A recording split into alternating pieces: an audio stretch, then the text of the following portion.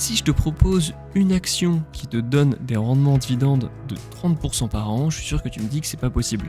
Et pourtant, c'est ce qu'affirme Sébastien Coubard, le célèbre youtubeur français en investissement et en bourse. Et ce qu'il dit est totalement vrai. En 2023, une société qui s'appelle Hapag-Lloyd, une société allemande, a payé 32% de dividendes. Alors sur le papier, ça semble juste exceptionnel. 30% de dividendes par an, un PER qui est juste rikiki, on parle de 2,75 pour le PER, et un bénéfice par action qui est juste énorme, qui est plus de 90 euros. Le problème, c'est que Sébastien n'a pas tout dit, il s'est focalisé uniquement sur l'année 2023 et l'année 2022, mais il n'a pas regardé sur le long terme. Il dit par contre qu'avant d'investir sur cette action, il faut évidemment l'analyser, c'est ce que je te propose de faire dans cette vidéo. Reste bien jusqu'à la fin, puisque tu vas te rendre compte qu'en fait, cette action est peut-être pas si mal que ça, même si c'est évidemment pas le rêve dont parle Sébastien dans sa vidéo. Hapag-Lloyd, c'est quoi? C'est une société allemande qui est très peu connue du grand public, simplement parce que le secteur, en fait, peu connu, c'est le secteur du fret maritime, du transport de produits d'un point A à un point B via la mer. Donc en fait, Hapag-Lloyd est juste une société qui possède plusieurs porte-conteneurs et qui donc propose des services de transport de marchandises d'un point A à un point B en passant par un océan, donc soit transatlantique, soit transpacifique. Commençons par regarder l'action Hapag-Lloyd, en tout cas son évolution au cours du temps et principalement le mois de mai. On voit que ici c'était le 3 mai 2023 et donc le lendemain on était le 4 mai 2023. On a un énorme gap baissier. Si je fais une petite mesure pour regarder la chute, on est à plus de 25% de chute en une nuit, puisque l'ouverture s'est faite le lendemain matin par rapport à la veille. Alors pourquoi il y a une chute énorme comme ça? Parce qu'en fait, le 4 mai, c'était le jour de détachement des dividendes. Il fallait posséder l'action avant le 4 mai si on voulait vouloir toucher les 32% de dividendes qui sont promis en 2023. Donc ce qui s'est passé, c'est que tout le monde a acheté ici, on voit on a une énorme hausse, et ensuite, une fois que tout le monde avait acheté, il y avait moins de demandes que de vendeurs, et donc tout le prix s'effondrait, et évidemment le lendemain, il n'y avait plus de raison de posséder l'action, et en plus on sait qu'ils vont verser un gros dividende, donc il y a une correction automatique du prix de Hapag. Le problème, c'est que la correction est juste énorme, ça peut cacher quelque chose d'autre derrière, on va essayer de comprendre pourquoi. Comprendre ce qui se passe avec cette action, commençons par le chiffre d'affaires. J'ai ici l'évolution du chiffre d'affaires d'Hapag-Lloyd entre 2016 et 2022. En 2016, le chiffre d'affaires était de 7,7 milliards d'euros. C'est monté petit à petit pour atteindre un premier palier en 2019 et 2020 à 12,6 milliards d'euros et 12,7 milliards d'euros. On a ensuite une explosion à la hausse qui est juste énorme. En 2021, on est à 22,3 milliards d'euros et en 2022, on explose tout avec 34,5 milliards d'euros. Quand on regarde au niveau de l'évolution en pourcentage, c'est plutôt bon signe. On est déjà en constante hausse et les hausses sont plutôt significatives. 30% d'augmentation entre 2016 et 2017, 15% entre 2017 et 2018, 9,6% entre 2018 et 2019. On a une petite stagnation entre 2019 et 2020. Je pense que la crise Covid est passée par là. Et par contre, après, c'est juste exceptionnel. Entre 2020 et 2021, le chiffre d'affaires est monté de 76%. Et entre 2021 et 2022, il est monté de 55%. Si on fait une petite mesure, entre 2020 et 2022, en seulement donc 3 ans, le chiffre d'affaires a plus que doublé parce qu'il est monté de 172%. Jusqu'en 2020, la trajectoire semblait plutôt bonne, elle monte assez fortement, on parle quand même d'augmentation de 30%, 15%, 9,6%. Par contre, à partir de 2020, il s'est passé quelque chose d'exceptionnel, puisque l'augmentation du chiffre d'affaires est juste énorme, 76%, 55%. Faut comprendre pourquoi avant d'investir dans la société, parce que on ne sait pas ce qui va se passer dans le futur. Est-ce que c'est exceptionnel? Est-ce que c'est des chiffres qui sont trafiqués? Pour l'instant, on ne le sait pas encore. Au niveau des bénéfices par action, on va continuer l'analyse pour voir ce qui se passe. J'ai ici l'évolution du bénéfice par action entre 2016 et 2022. En 2016, Hapag a perdu de l'argent. On est à moins 81 centimes d'euros par action. C'est passé dans le vert à partir de 2017 avec 20 centimes d'euros par action. 2018, c'est quasiment pareil, 21 centimes d'euros par action. Et ensuite, ça ne fait que monter, mais de manière au début assez faible. On est à 2,09 euros par action en 2019. On a quand même fait un x10 par rapport à 2018. On a fait un x2 en 2020 avec 5,27 euros par action, ce qui est déjà exceptionnel. Par contre, après, c'est juste démentiel, on comprend plus trop ce qui se passe. On a refait un x10 en 2021 avec 51,6 euros de bénéfices par action. Et ensuite, on est passé en 2022 à 96,9 euros de bénéfices par action. Quand on voit ces chiffres, c'est complètement déconnant. On pense qu'il y a une anomalie dans le marché. L'action est beaucoup trop faible par rapport aux bénéfices de ce qu'a fait Apag en 2021 et 2022. C'est juste énorme. Avec une action, on a 96,9 euros de bénéfices. Il y a très très très peu d'actions qui ont un bénéfice par action qui est aussi élevé que celui-là. Une fois que je suis arrivé à ce niveau d'analyse, je me suis posé une question et tu l'as peut-être en tête. C'est pourquoi personne n'a vu cette action avant. On parle de données qui datent de 2021. On était à un bénéfice par action de 51,6 euros il y a plus d'un an. Pourquoi tous les grands fonds d'investissement ne sont pas investis massivement dans Apag? La réponse, je pense, c'est qu'ils l'ont analysé de fond en comble et se sont dit que c'était peut-être pas la meilleure chose à faire. Puisqu'on voit qu'en 2022, le bénéfice par action a encore explosé la hausse. C'est-à-dire que l'action n'a pas beaucoup monté par rapport au bénéfice qu'a généré Apag sur l'année 2022. En tout cas, en termes de dividendes, ça donne vraiment envie. J'ai ici l'évolution des dividendes de Apag entre 2018 et 2023, donc cette année. Entre 2018 et 2021, les dividendes ont monté petit à petit pour passer de 15 centimes le plus bas en 2019 à 3,5 euros par action en 2021. Et après, c'est juste énorme. C'est le décollage de la fusée. On a fait x10 entre 2021 et 2022 pour atteindre en 2022 35 euros par action. Et en 2023, on a quasiment encore doublé puisqu'on était à 63 euros par action.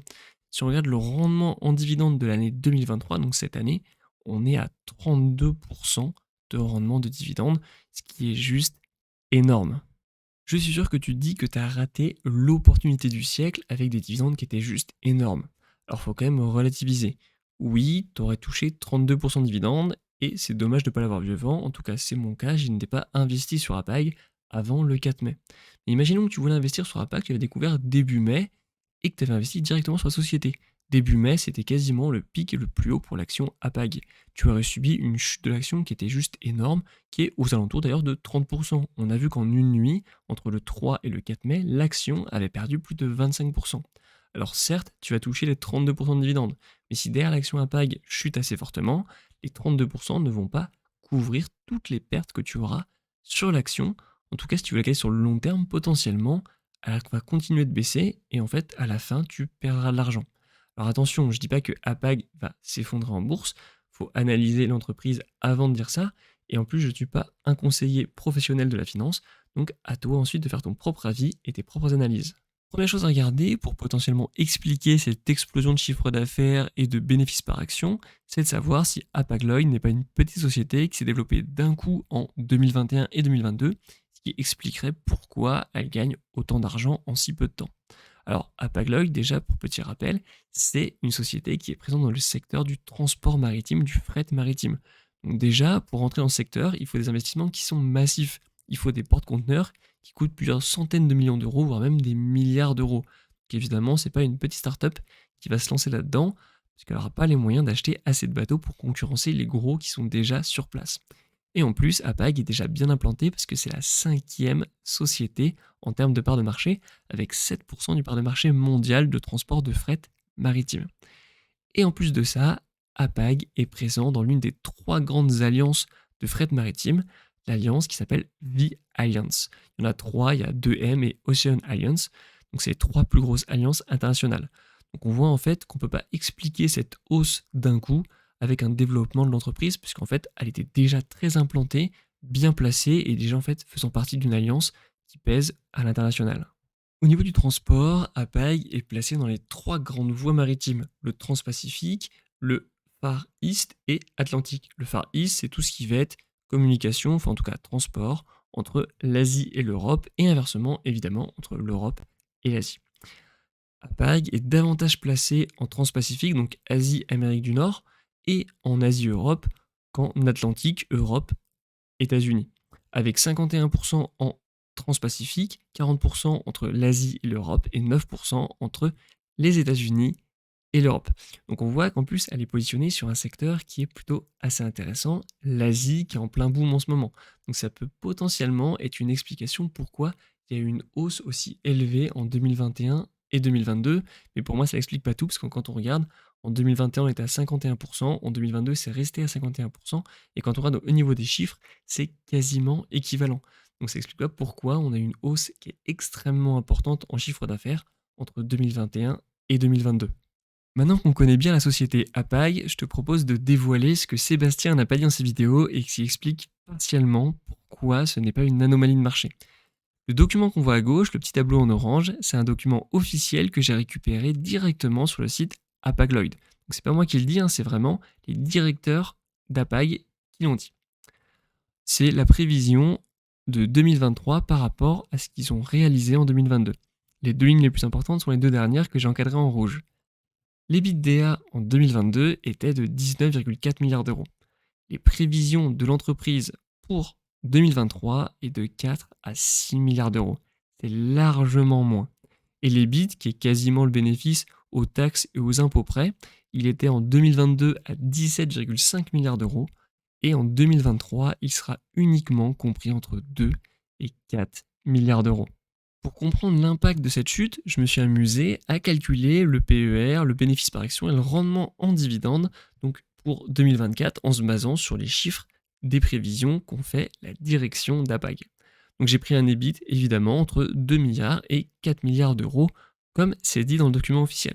On aura des dividendes par action entre donc 5,90 euros et 11,8 euros, ce qui nous fait un rendement entre 3% et 6%, 5,99. C'est largement plus faible que les 32% qu'on a aujourd'hui. Le bénéfice par action sera entre 11,8 euros et 23,61 euros, ce qui est quand même très élevé, mais largement inférieur à ce qu'on connaît aujourd'hui en 2023, voire même en 2022 ou en 2021. Et le PER sera entre 16,69 et 8,34, largement plus élevé que les 2,75 qu'on a aujourd'hui. Et pour être sûr que je ne me suis pas trompé dans mon analyse et que c'est 2 années exceptionnelles pour Apag, j'ai regardé le taux du fret par TEU. Alors un TEU, c'est tout simplement une unité de mesure du fret maritime, c'est tout simplement un conteneur. Donc là, c'est le prix qu'on paye pour envoyer un conteneur quelque part, en moyenne, en fonction de toutes les sociétés qui sont des transporteurs maritimes. Et ce qu'on voit, c'est assez flagrant. En 2021 et 2022, le prix a explosé à la hausse pour atteindre des sommes phénoménales en 2021, et on voit qu'il y a une énorme chute pour atteindre en 2023 des prix qui sont équivalents à peu près à ceux de 2019 et 2020. Donc on voit que les années 2021 et 2022 sont juste des années exceptionnelles pour les porte-conteneurs, et c'est pour ça que toutes les sociétés de porte-conteneurs se sont juste gavées. Apag est juste un exemple, mais j'ai regardé tous les autres, ils ont tous des chiffres qui sont déconnants sur ces 2 années, et donc on a des dividendes pour d'autres sociétés, autres qu'Apag, qui payent des rendements juste énormes aux alentours de 20, 30, même 32% pour Apag. Pour conclure, Apagloid me semble être une société qui est très solide. Entre 2016 et 2020, le chiffre d'affaires et les bénéfices n'ont fait que monter. Je fais abstraction de 2021 et 2022 qui sont des années exceptionnelles. Maintenant, la question qu'il faut se poser, c'est tout l'argent qu'ils ont accumulé en 2021-2022, il faut l'investir intelligemment. Donc la question c'est comment faire. Alors déjà une partie est partie sous format de dividendes, donc on a reversé une grosse partie aux actionnaires. Par contre le reste maintenant, il faut l'investir pour essayer de gagner des parts de marché face à ses concurrents, et donc gagner plus d'argent sur l'année 2023, 2024 et dans le futur. Pour moi, une approche qui est intéressante, et d'ailleurs qu'a choisi Apag, c'est la transition écologique. De ce que j'ai vu dans le rapport de direction, Apag a plusieurs projets de transition énergétique et écologique. Pour en citer quelques-uns, par exemple, ils sont en train d'optimiser leur système de propulsion avec des hélices beaucoup plus efficaces. Ils sont aussi en train de refaire le revêtement sous leur navire pour glisser davantage sur l'eau et donc consommer moins de carburant et donc émettre moins de CO2. Et pour finir, ils sont en train d'utiliser des carburants propres et ils aimeraient remplacer les carburants polluants de leur navire par ces carburants propres. Enfin bref, on voit qu'Apag est vraiment investi dans la transition énergétique. Pour moi, c'est très important parce qu'il y aura de plus en plus de taxes sur les émissions de carbone. Et s'il y a des taxes, évidemment, ça fera des bénéfices beaucoup plus inférieurs pour les sociétés cargo. Apag, je pense, l'a bien compris, et j'espère qu'ils vont utiliser tout cet argent accumulé pour développer cette partie, ce qui pourra potentiellement leur donner un avantage concurrentiel sur le marché. Si la vidéo t'a plu, n'hésite pas à mettre un gros pouce bleu dessous et t'abonner à la chaîne. Et si Sébastien, tu regardes la vidéo, n'hésite pas à mettre un petit commentaire pour me dire ce que tu penses de l'analyse.